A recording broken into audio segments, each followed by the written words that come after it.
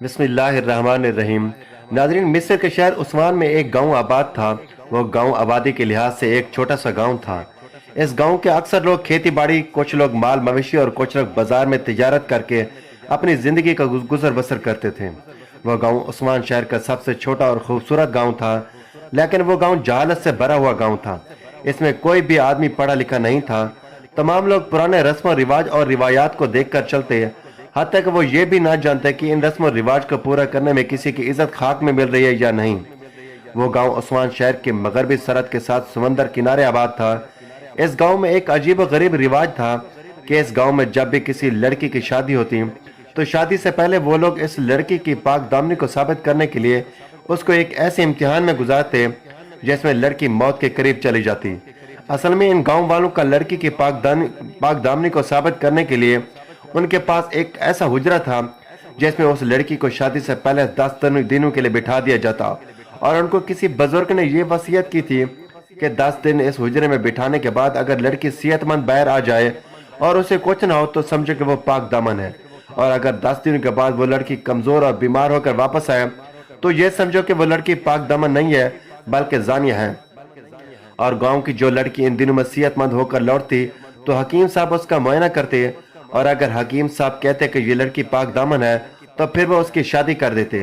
اگر لڑکی پاک دامن ثابت نہ ہوتی تو گاؤں کے درمیان میں موجود اس کو ایک گہرے کنویں میں پھینک دیتے، اور یہ سمجھتے کہ یہ لڑکی کسی اور کے ساتھ منہ کالا کر چکی ہے، لہٰذا اس کی شادی نہیں ہو سکتی۔ وہ گاؤں ایک جنگل کے ساتھ آباد تھا۔ اس جنگل کی دوسری طرف گاؤں کے مخالف سائٹ پر وہ حجرہ بنا ہوا تھا۔ وہ بالکل سنسان جگہ پر موجود تھا۔ اس حجرے کے مغربی طرف پر ایک ندی بہتی تھی اور ہر طرف بیابان جنگل تھا۔ پہلے تو اس گاؤں کے لوگ ڈر سے اپنی بیٹیوں کی شادی نہیں کرتے تھے، لیکن اس گاؤں کا چودھری بہت ظالم اور سخت تھا۔ وہ کہتا جو ماں باپ اپنی بیٹیوں کی شادی نہیں کریں گے ان کی بیٹیوں کو گھر سے اٹھا کر اندھے کنویں میں پھینک دیا جائے گا، کیونکہ شادی نہ کرنے سے یہی ثابت ہوتا ہے کہ وہ لڑکیاں پاک دامن نہیں۔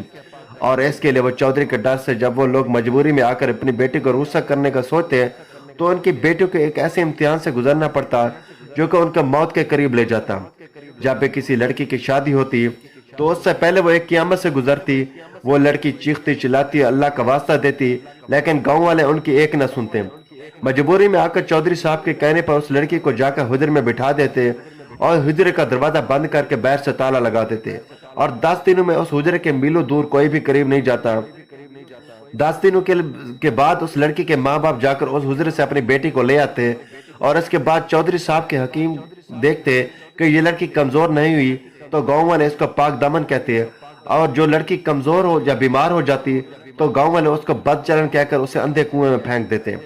لیکن اس حجرے میں پتہ نہیں کون سی ایسی چیز تھی جو لڑکی کی پاک دامنی ثابت کرتی۔ اس کے پیچھے بہت بڑا راز تھا جو گاؤں والے نہیں جانتے تھے۔ وقت گزرتا رہا۔ ایک دن ایک کمار کی بیٹی جو جوان ہو چکی تھی، اس کی بیٹی بہت خوبصورت اور حسین و جمیل تھی۔ جب اس کی عمر 17-18 سال ہوئی تو چودھری صاحب نے اپنی منشی کو اس کمار کے پاس بھیجا اور کہا کہ تم اپنی بیٹی کی رخصتی کی تیاری شروع کر دو، تیری بیٹی جوان ہو چکی ہے۔ جب کمار نے اپنی بیٹی کو دیکھا وہ تو زار قطار رونے لگا اور کہا اے بیٹی، اس سے بہتر تھا کہ تمہیں اس حجرے میں بٹھانے کی بجائے میں مر جاتا، لیکن کیا کروں، یہ ایک امتحان ہے اور ہمارے گاؤں کا رسم و رواج اور اس سے آپ کو گزرنا ہوگا۔ میں جانتا ہوں تیرا دامن پاک صاف ہے، تجھے آج تک کسی آدمی نے دیکھا نہیں، چھونا تو دور کی بات ہے۔ چودھری صاحب جانتا تھا کہ اس کی بیٹی بہت خوبصورت ہے، لہذا چودھری صاحب کمار کی بیٹی کی شادی کروانے میں جلدی کروا رہے تھے۔ وقت گزرتا رہا۔ جب اس کی بیٹی کی عمر 18 سال ہوئی تو چودھری صاحب نے پھر اپنا منشی کمار کے پاس بھیجا اور کہا کہ اگلے مہینے اس کی بیٹی سے کسی کی شادی کروا دو۔ وقت گزرتا رہا۔ جب کمار کی بیٹی کی شادی قریب آئی تو وہ بہت پریشان ہوا اور اس کی رات کی نیندیں حرام ہو گئی۔ ایک رات کمار کو اپنے خیمے میں نیند آ گئی۔ رات کو وہ خواب میں سلطان صلاح الدین ان کو اپنی طرف بلاتے ہوئے دیکھتا ہے، لیکن وہ کمار اٹھنے کی کوشش کرتا ہے، نیند کی وجہ سے اٹھ نہیں سکتا۔ اس خوف سے اس کمار کی آنکھ کھل جاتی ہے۔ جب وہ بیدار ہوتا تو اسے پریشانی ہوتی کہ آخر سلطان اس کو کیوں بلا رہے ہیں۔ پھر اس کے دل میں یہ خیال آیا کہ ہو سکتا ہے کہ سلطان مجھے اپنی بیٹی کو بچانے کے لیے بلا رہے ہوں۔ یہ سن کر وہ کمار صبح ہوتے ہی اپنی گدھے پر سوار ہو کر اس نے سلطان صلاح الدین کے محل کی طرف سفر شروع کر دیا۔ اس کی بیٹی کی شادی میں 20 دن رہتے تھے۔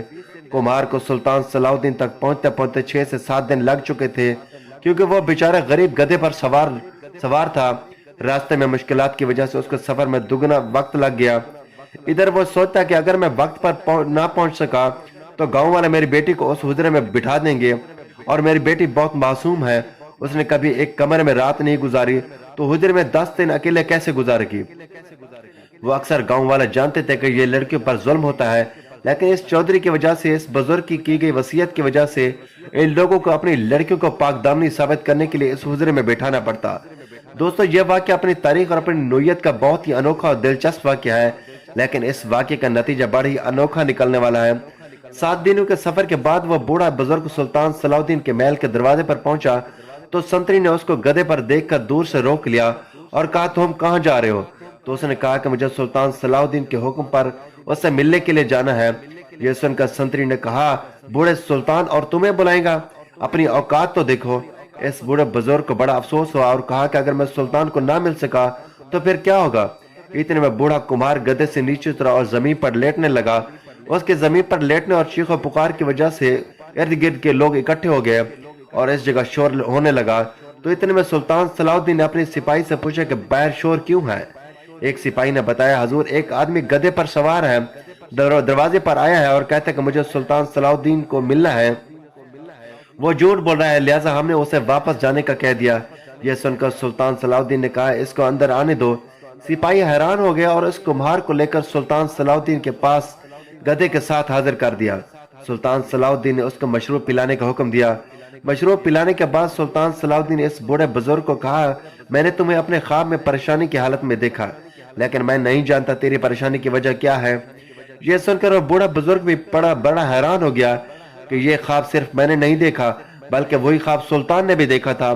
وہ بوڑھا بزرگ رونے لگا اور سلطان صلاح الدین کو سارا واقعہ سنایا اور کہا کہ اس طرح ہمارے گاؤں والے شادی سے 10 دن پہلے لڑکی کو حجرے میں بٹھاتے ہیں، اور جو لڑکی کمزور ہو جاتی ہے وہ اس کو بد کردار سمجھتے ہیں اور اس کو اندھے کنویں میں پھینک دیتے ہیں، اور جو لڑکی صحت مند ہو کر لوٹتی ہے اس کی شادی دھوم دھام سے کرا دی جاتی ہے۔ سلطان نے کہا، میں جانتا ہوں کہ یہ لڑکیوں پر ظلم ہے، 10 دن تک ایک معصوم لڑکی کو اکیلا حجرے میں بٹھانا اور وہ بھی سنسان جنگل میں، یہ ان پر ظلم ہے، اور میں جانتا ہوں کہ میری بیٹی یہ ظلم برداشت نہیں کر سکے گی، اور میں اپنی اکلوتی بیٹی کو اپنے ہاتھوں سے مرنے کے لیے نہیں چھوڑ سکتا۔ یہ سن کر سلطان صلاح الدین نے اس کمہار کو کہا کہ بابا جی، تمہیں فکر کرنے کی ضرورت نہیں، بے شک تیری بیٹی کی شادی بھی ہوگی اور تیری بیٹی کے کردار کی گواہی میں دوں گا، اور تیری بیٹی کو اس حجرے میں بیٹھنے کی ضرورت نہیں ہوگی۔ میں آپ کو یقین دلاتا ہوں کہ آپ اس حجرے میں اس گاؤں کی کوئی بھی لڑکی نہیں بیٹھے گی، حتیٰ کہ اس حجرے کا میں اس زمین سے، اس ہستی سے نام و نشان مٹا دوں گا۔ یہ سن کر بوڑھا بزرگ کہنے لگا، حضور یہ سب کیسے ممکن ہوگا؟ تو سلطان صلاح الدین نے کہا، یہ سب میں خود جا کر کروں گا۔ وہ بوڑھا بزرگ کہنے لگا، حضور آپ میری خاطر اس چھوٹے سے گاؤں میں اپنا قیمتی وقت نکال کر کیسے جائیں گے؟ تو سلطان نے کہا کہ رعایا کا کوئی بھی مسئلہ سلطان کا اپنا مسئلہ ہوتا ہے، اور اپنے مسئلے کو سلجھانے کے لیے ایک سلطان کو وقت نکالنا ہی پڑتا ہے۔ سلطان صلاح الدین نے اپنے سپاہیوں کا دستہ تیار کیا اور اس بوڑھے بزرگ کو گھوڑے پر بٹھا کر اس گاؤں میں پہنچ گئے۔ سلطان صلاح الدین گاؤں میں پہنچتے پہنچتے 2 دن لگ گئے۔ آخر صبح اس لڑکی کو گاؤں والوں نے گھونگھٹ پہنا کر اس حجرے میں بٹھانا تھا تاکہ اس لڑکی کو 10 دن کے لیے اس حجرے میں بٹھا کر اس کی پاک دامنی کو معلوم کیا جائے۔ سلطان صلاح الدین جب اس گاؤں کے قریب پہنچے تو سلطان نے اپنے سپاہیوں کو حکم دیا کہ تم اس بوڑھے بزرگ کے ساتھ اس کی جھونپڑی میں خفیہ طریقے سے داخل ہو جاؤ، اور پھر اس بوڑھے بزرگ کو کہا، جا کر معلوم کرو تمہاری بیٹی اس وقت کہاں موجود ہے۔ وہ بوڑھا بزرگ دوڑتا ہوا اپنے گھر میں گیا تو اس کی بیٹی اپنے کمرے میں دلہن کے لباس میں گھونگھٹ پہنے ہوئے بیٹھی تھی اور بری طرح رو رہی تھی۔ وہ بوڑھا بزرگ اسی وقت سلطان کے پاس آیا اور بتایا، حضور میری بیٹی فلاں جگہ پر دلہن کے لباس میں تیار بیٹھی ہے، تھوڑی دیر میں چودھری صاحب کے آدمی اس کو لے کر اس حجرے کی طرف روانہ ہو جائیں گے۔ سلطان صلاح الدین نے اسی وقت اپنا لباس تبدیل کیا اور جا کر اس بوڑھے بزرگ کی بیٹی کو کہا کہ اس بات کی خبر کسی کو نہ لگے کہ تمہاری جگہ حجرے میں بیٹھنے کے لیے میں گیا ہوں۔ یہ سن کر وہ لڑکی بڑی خوش ہو گئی۔ سلطان صلاح الدین ایوبی رحمۃ اللہ علیہ اب اس لڑکی کی جگہ گھونگھٹ پہن کر چل پڑے۔ چودھری کے آدمی کو پتہ نہیں چلا کہ اس گھونگھٹ میں اس کمار کی بیٹی ہے یا کوئی اور۔ وہ ڈولی کو لے کر اس حجرے میں پہنچ گئے، ڈولی کو اندر رکھا اور باہر سے اس کمرے کو بند کرنے کے بعد گاؤں والے واپس آ گئے۔ تھوڑی دیر گزری، سلطان صلاح الدین ایوبی رحمۃ اللہ علیہ نے محسوس کیا کہ اس حجرے نما کمرے میں کوئی چیز موجود ہے۔ تھوڑی دیر گزری، اتنے میں ایک بھاری آواز سنائی دی۔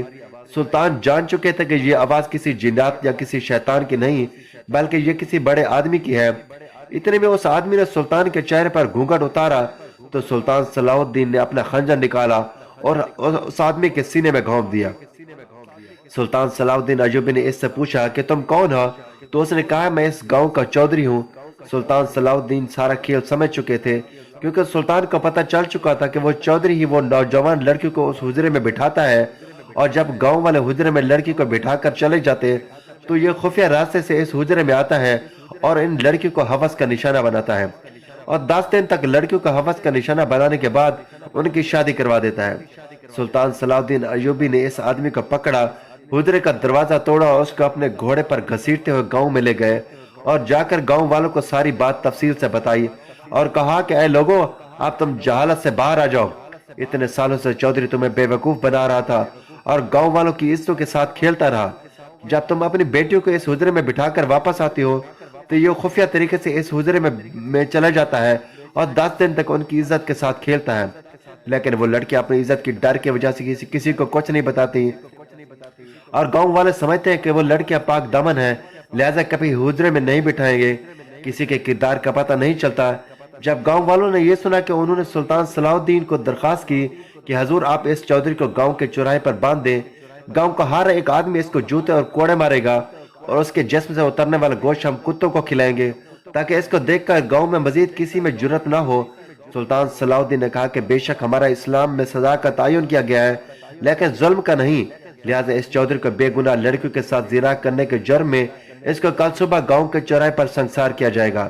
اگلی صبح سلطان صلاح الدین نے اس چودھری کے گاؤں کے چوراہے پر سنسار کر دیا اور اس کے جتنے بھی آدمی تھے ان کو پکڑ کر زندان میں ڈال دیا، اور اس طرح سلطان صلاح الدین ایوبی نے اپنی عقل مندی اور بہادری سے ان گاؤں والوں کو اتنی بڑی مشکل سے نکال دیا۔